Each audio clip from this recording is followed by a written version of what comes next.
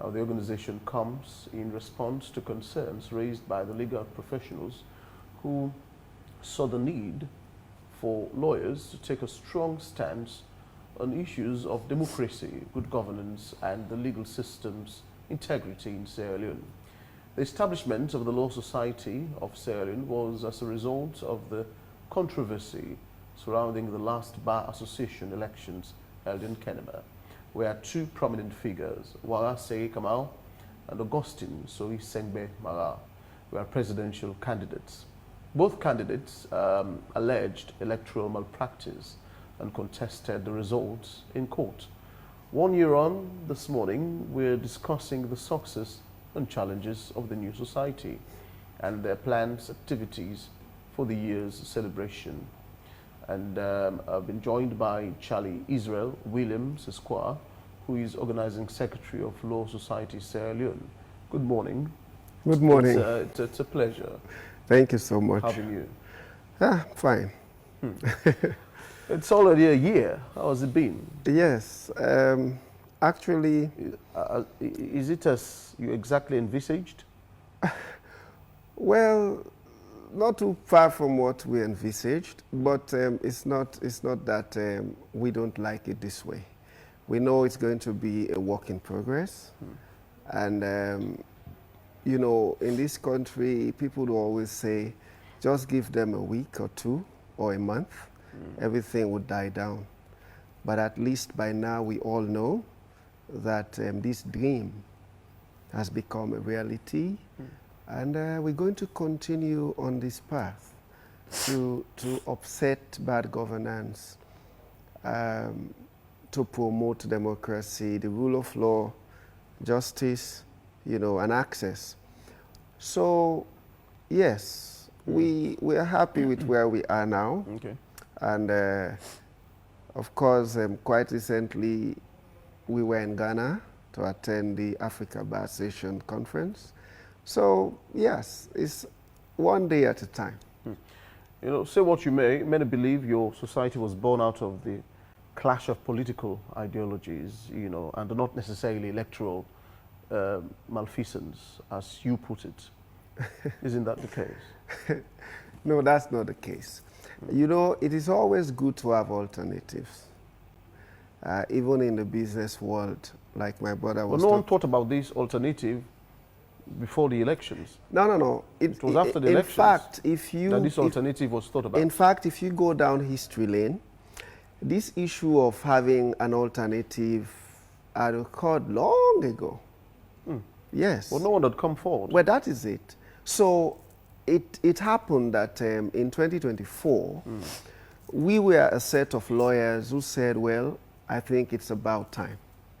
So now you could clearly see that the association which, you know, led us to where we are now is like dead.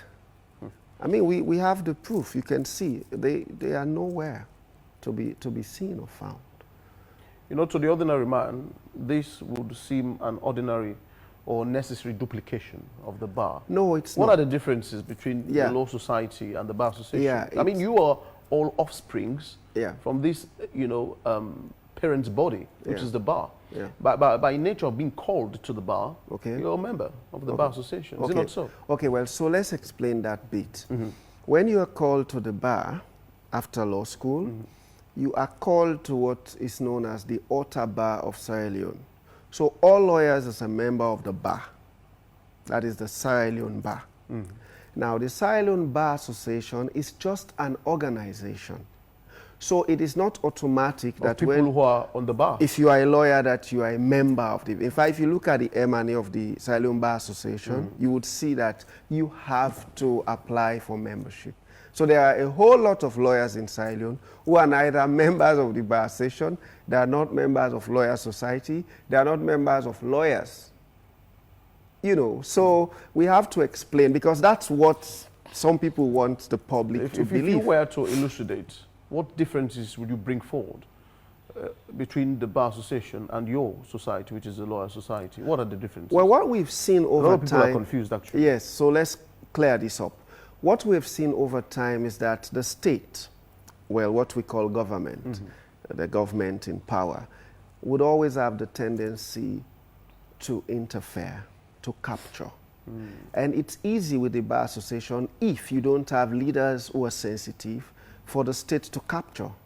For example, the Bar Association is recognized, since it was the first association of lawyers, it's recognized in some of our legislative instruments. Is it not the oldest in West Africa even? Of course, so you see. So it's recognized. So you have representations in certain institutions that would call for a representative of the Bar Association. It's the same thing when Fobe College was the only university in Sierra Leone. I mean, you have statutory instruments that would say a representative from Fobe College. So now that you have Unimac, you have Gala, and you have all of these other university institutions, now they have changed those provisions. So it's the same thing. There will come a time when you wouldn't say a representative from Bar Association, you would rather use some other, phrase or phrases. Okay, so that's it. So there is nothing wrong to have another association of lawyers. Okay, so we have to make that clear. And secondly, the issue of what's the difference. For example, like my brother was talking about football. You have Usum Stars, Diamond Stars, Bo Rangers, and all of this. They all have one goal: promote football. We have NGOs, civil society organizations. They all have, a goal to look out for the space, okay, for civil liberties and all. So there is no problem having associations of lawyers, okay? What we are saying is you have to be true to your mandate. For us, we say we're going to ensure that there is rule of law, there is respect for the rule of law, and there is democracy, good governance. So we are watching that space, and you can judge. A year on, you can judge to see what we've done so far. Well, you'll be the one to judge this morning, actually. I just wanted to ask you, these are the things you advocate for. Yes. Justice, fairness, yes. True democracy, yes. governance, and all of these kinds. So how far have you gone? We've not been seeing you much, really. No. We have been in the space. The advocacy space? Yes, we have been there. In fact, you could recall that this issue of drug abuse and the handling of it and all of that, we have been so much involved in ensuring, in fact, how now, involved? Yes, in fact, now you would see the actions taken by government. We're not saying those are the best of actions, but at least you see something being done. If you don't say anything, if you allow certain things to happen without you adding your voice to ensure that government is on their toes to do what is right, then definitely. You remember quite recently where the issues around the judiciary as to judges and all that. We don't look at issues just, pass by. No. We add our voice to it. That's advocacy. And we've been seeing the dividend, okay? We've been seeing that, of course. And we continue. This is not like a one-day journey. This is going to last for longer. Let's talk about celebration. Oh, yes. The planned activities. I see you doing a whole football competition. Of course. What's the link between your celebration and the football you're putting together? Why choose football? Yeah, sometimes you see in the law profession, it's always what we call is hectic. To be a lawyer is difficult. And so all works, no play. And as my brother was saying, I'm sure they will be interested to come see what we do, because they might spot talent for Leontars maybe, or some of these Premier League clubs. Of course, me sitting here, I'm the defender for Sierra Leone Bar Association, okay? So, as we always say, you have to mix it up. We have to celebrate 1 year, and so we have a sport gala. We've invited professional organizations to participate. We have, on Saturday tomorrow, we have 2 matches. The opening match would be between senior lawyers and junior lawyers. And that's at 4 p.m. tomorrow at the St. Edward School Field. And then at 5 p.m., we have Sludge. Okay, so I know Phoebe and my brother, you'll be there. Sludge will be locking on with the Pharmaceutical Society of Sierra Leone, that is PSSL, at 5. I mean, and then on Sunday, we're also going to have 2 matches. One match at 5 p.m. on Sunday, and that is the Sierra Leone Medical and Dental Association, SLMDA, will be locking on with the Sierra Leone Institute of Engineers. So they will play at 5 on Sunday. The semi-finals, of course, will be on Thursday, the 13th. That is the winner of the Saturday 5 p.m. match, which is Group A, and that is between Sludge and Pharmaceutical and Sierra Leone Medical Dental Association and Institute of Engineers. The winners of those 2 matches will play on Thursday, 13th November, still at St. Edward's Secondary School. And then the finals would be on Saturday, 15th November at 5 p.m. This would be the winner of the semi-finals versus the Lawyer Society. So you would see that we have the sports gala. And then on the 16th, which is Sunday, 16th November at 12 noon, we have athletics. So you see lawyers competing in 100 meters, 200, 400, as the case may be. And we have 6 houses. These are lawyers who have made indelible marks in the profession and in the nation. And so we have Newcomer House, which is yellow, Shears Moses blue, Claudia Wright white, Abdullah Conte purple, Anna Ahmed pink, Jenkins Johnston orange. And so, I mean, this is all what we have. I see you intentionally avoid green and red. And red, definitely.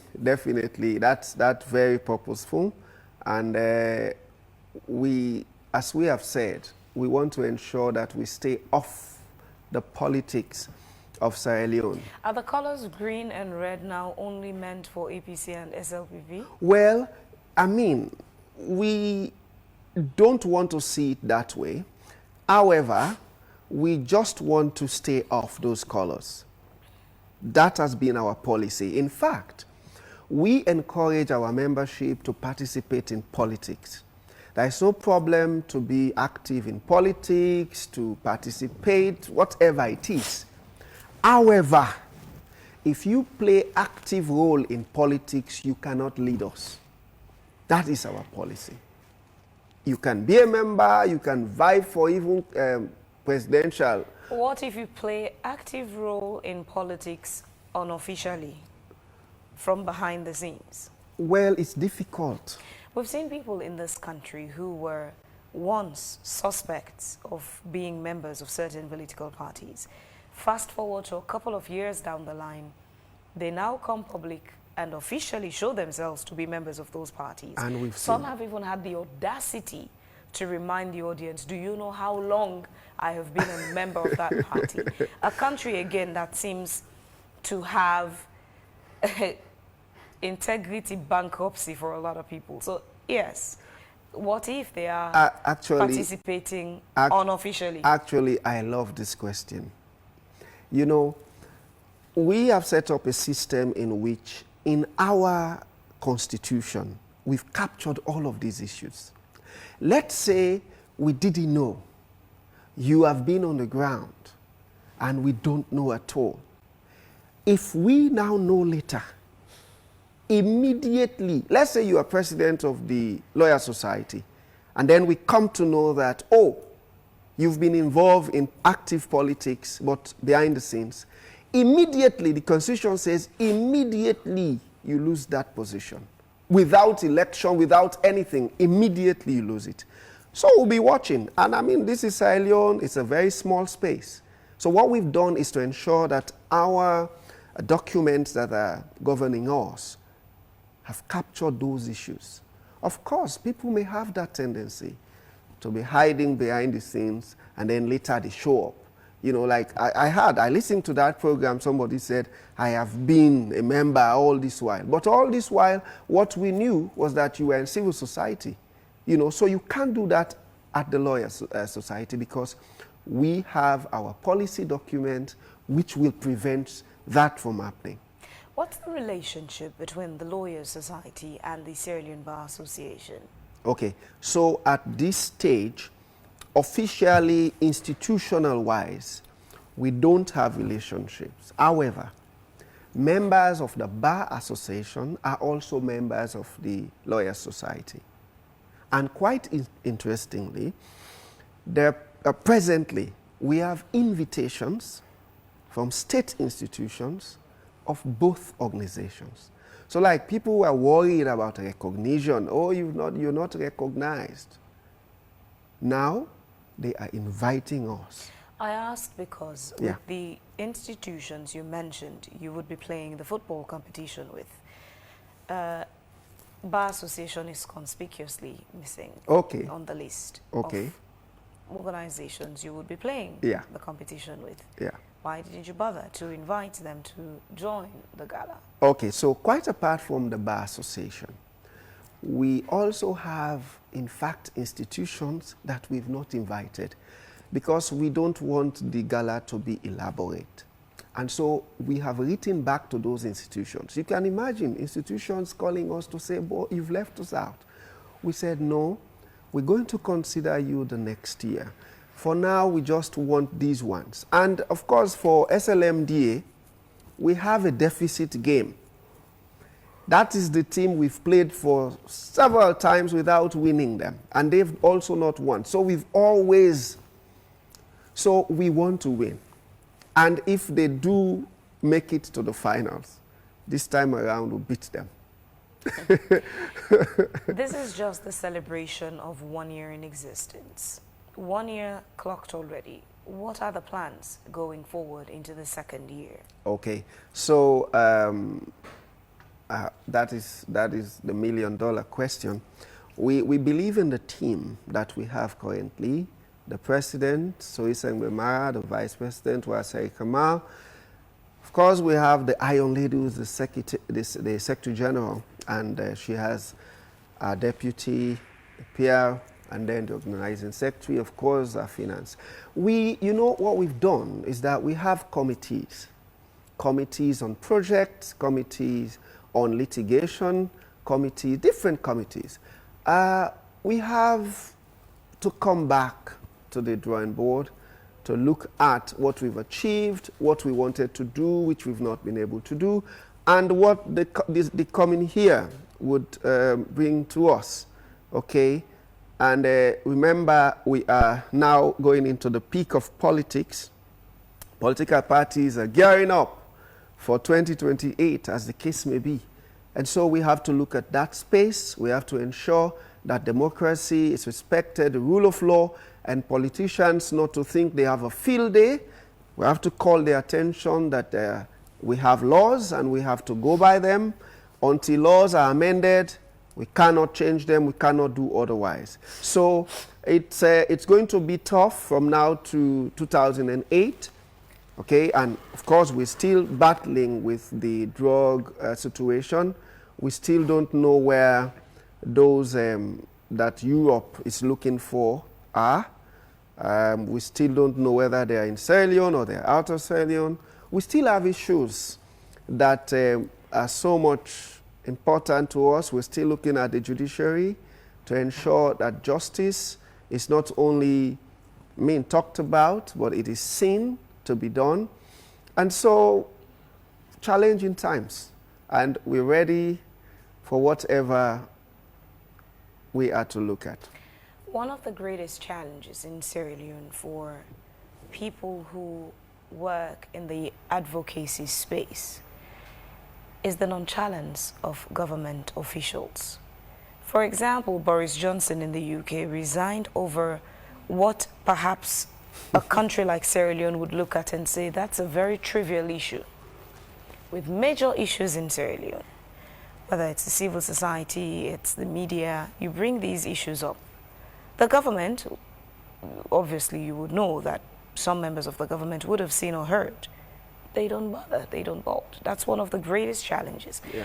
How does Lawyers Society handle these instances when you pick up issues that you deem require your attention, but then the relevant institutions aren't taking the appropriate actions they are to take?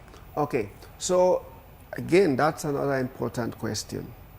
You know, in the advocacy space, our duty is to call out, is to raise the red flag, is to blow the whistle. And we continue to put in our best effort to pressurize an action.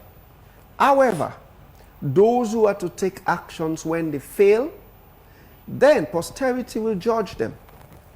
We don't have the mandate to act, to say, we sack you, we remove you from a position. But I mean, we would call you out, we would speak up to the issues. And it's up to government to act, to do something. I mean, we've seen these things happen all across the country, where people should honorably say, you know what, I resign. We've seen honorable Sierra Leoneans who've done it. Few of them, few. In anti-corruption, in the information ministry, we've seen these things happen. But it's not so for others. I mean, what is so pathetic is that sometimes it's so obvious, so obvious that you would expect that the government, well, the president, because in Sierra Leone the government is the president who would hire and fire, you'd expect that the president would take action. But then, I mean, nowadays you hear of administrative action, and administrative action has been taken. What does that mean?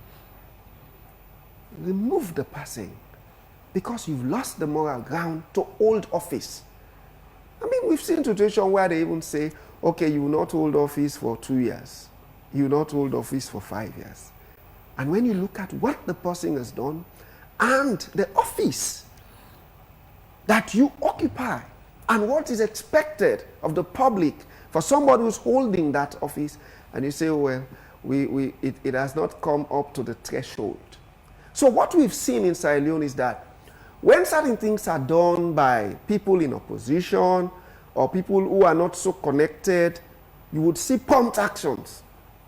But when it has to do with people who are connected, people in opposition, like when people in government make certain statements which would threaten the peace and security of the nation, which has the tendency to take this country back to the dark days, you would see how the government would react and all of that. But when it happens, that somebody in the opposition has done something, you would see the sort of posture, the robustness of the posture against that person. You know, so these are all the issues that we call out. Our duty is to call out. Our duty is to say, hey, for example, the recent situation of the judiciary, the judge, which is being investigated, up till now, we don't know how far, we don't know what's happening, the public is not informed, but we continue to watch that space, as we said. Posterity is a judge. Just yesterday, we had Blake from the Anti-Corruption Commission, and we assessed the fight against corruption in the country. And let's look at what the Lawyers Society think about President Bio's contribution towards the fight against corruption. During his inauguration, he said he was waging 3 wars. Amongst those 3 was war against corruption. What we've seen over the years, particularly, let's take Paran. He had an issue, the ACC was not very convinced, but they couldn't meet the threshold for prosecution, so they entered a settlement. His wife had to pay back, and they had now referred to President Bio as Paran's boss to take action. What we saw was Paran got back to Parliament, Paran went to the SLPP to contest an election. Also the case of Joseph Ibenda Kapua, Esquire, former DG at SLBC. ACC couldn't get a threshold for prosecution, but they said, this person clearly cannot lead this institution. Next thing you know, he's promoted from DG of SLBC to now the chairman of IMC. a body that oversees media institutions, clearly making that a promotion. Does the Lawyer Society think that President Bio is actively contributing towards the fight against corruption? Okay, so the way we look at things is that sometimes we don't blanket everything. Yes, indeed, the government is making effort. You could see the effort they are making to recover, you know, and to what we have not seen, which we want to see, is when they say this person who is so politically connected to government, to the SLPP, is involved in a situation. We want to see the same actions. We want to see the same seriousness. We want to see that, oh, it is not because you are a member of the SLPP or you are a member of government that you are treated differently. That is what we have not seen. So, if the fight against corruption is just about other people, then definitely, even if you are making gains, that alone can reverse it. What is wrong? What is really wrong to say you have been found wanting? I mean, the argument is, oh, well, it was his wife, not himself. His wife, not himself. Fine, good argument. But however, do you want to tell me he did not know? So, if that is the case, even that doubt is enough to say, well, I mean, this is conflict of interest. You have to take the back seat. But the way we handle these things as a country, as government, it is not speaking well of our intentions. So even though you might have all the best intentions to fight corruption, but if you pick and choose and you treat some people, I mean, remember the Rice saga at Ministry of Education? What about that evidence that is not meeting the threshold? However, the ACC said, well, because the court is saying this trial should be judge and jury, well, we cannot be able to prosecute. What? What? So you can only prosecute judge alone. When you say that, it speaks directly to your competence as a prosecutor. If you tell me that I'm only competent if it's judge alone, I am not competent if it's judge and jury, what? So these are the issues, and these are serious issues. If we have that in our laws to say it's judge and jury, except otherwise, and then you tell me, well, I cannot prosecute because it's judge and jury, prosecute and fail. Then we'll say, oh, well, the matter went to court, it was prosecuted, but he was not found guilty. Okay. But to back off from that case, and after you did that, to say, well, we are not able to prosecute because it's judge and jury, what else did you do after that? What else? So, just a single thing can destroy years of achievement. Just one thing. Just one. And we've had several issues as to how we investigate certain people and from the others.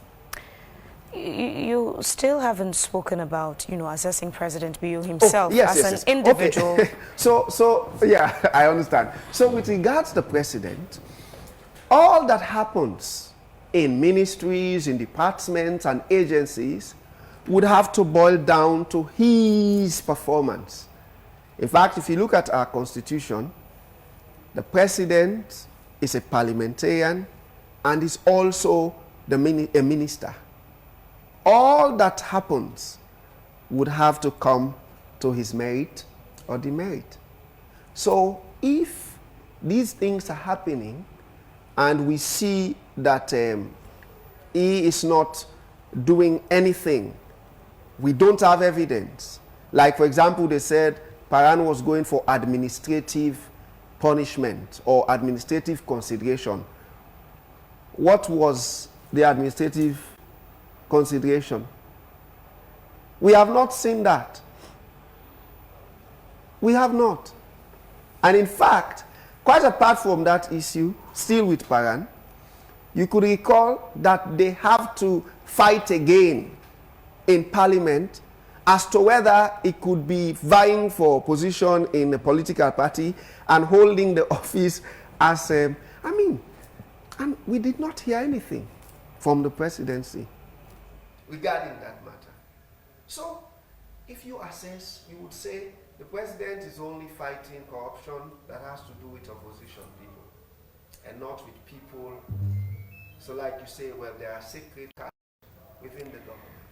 Those sacred cows, there has been another big issue that it seems many individuals and institutions have forgotten or perhaps turned a blind eye to. The situation that led to the tribunal for Lara Telopias and her then deputy. It started off with an investigation into some members of the office of the president who were allegedly involved in manipulating receipts. What we've seen as a country is a tribunal for those who investigated, those who allegedly perpetrated wrongdoing. What we've not seen or heard is what became of the investigation. Did anyone look into it to see those who allegedly were involved in fake receipts? Who were they? Have they been investigated? What's the outcome? It seems lawyer society as well have not even bothered to follow up on that. No, we have. In fact, we have. These are issues we have not torn a blind eyes to, no? We've not.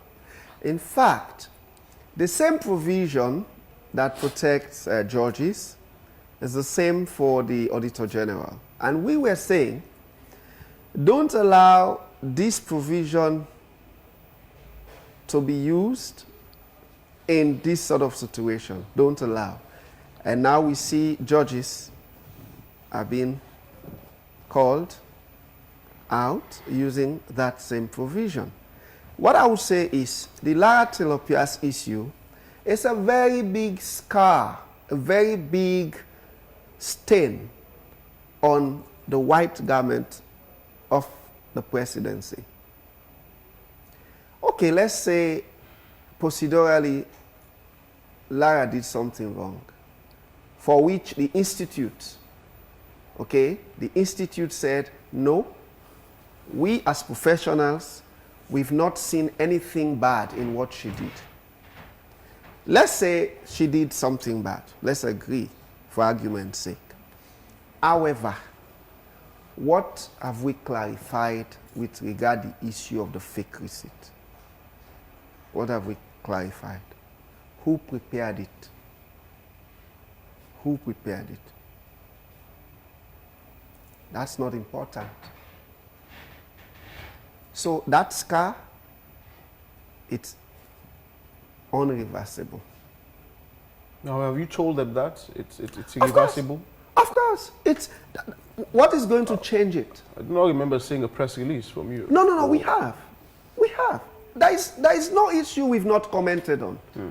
There is none. You could mention anyone, I'll tell you that we commented on this one. I'll come back to you. Let me just round off. Barrister, yes, we're closing now. Yeah. Have you ever regretted quitting the Bar Association for Lawyers Society? Okay, so that is an interesting question. We are still members of the Bar Association. We are. So you're saying you're holding dual membership? Yeah. So you see, that's an information which the public does not even know. Well, some members of the public. We are still members of the Bar Association. Why did you decide to still maintain your membership at the Bar Association? Yes, because... When you forged a new alliance with lawyers? Yeah, because we have that option, okay? We don't have a policy in the Bar Association to say if you are a member of any other lawyers association, you lose your membership here. We're still members. However, those people are holding the organization to ransom.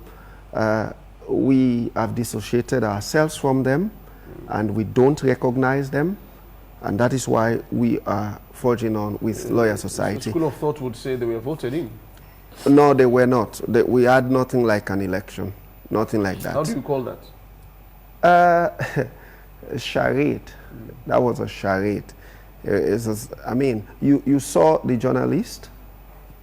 They had an election. That's an election. But the ACC commissioner was there. No, in fact, Isn't he a man of integrity? No, in fact, I don't want to go down that road again. We are 1 year away from that. So let's move on. we have the climax of the celebrations, which is the Black Tie Dinner, and that will be on the 21st of November. And at T Hall, it's Bigwater Peninsula. Of course, we have made arrangements for those who want to stay around after the dinner for accommodations. And it's going to be classic. I know. Is it open to the public or just it is. Members only? It is open to the public. In fact, we have corporate institutions who are going to be in attendance, and the public. Our families, I mean, since you haven't invited the bar to the football gala, definitely. Would they be invited to the dinner? They will be invited to the dinner. Okay. They will be invited to the dinner. Members of the public who want to attend, how do they? Okay, so we have different categories of tickets. We have ordinary, which is 1,500. VIP single and double, which is 3,000. If it's double, it's reduced, it's 5,000. Corporate table, which is 40,000. Chambers, chambers of 10, a table for 25. And then family. With your family, 15,000. And of course, we have a lot of sponsors. Those ones, it's by donation. And also, it's going to be the climax, a time to just relax and reflect. You see a lot of legal minds there, those who are shakers and movers of the legal sector. They will be in attendance, and we hope to have a nice evening. Thank you very much indeed, Barrister. We do wish you the very best. Thank you so much. Have a lovely day and weekend, gentlemen. Thanks for joining us. We're taking a quick break, and when we get back from the break, we'll move on to the second and final segment of the program. ANC, don't forget. Oh yes, today's Friday. Indeed. Let's get that.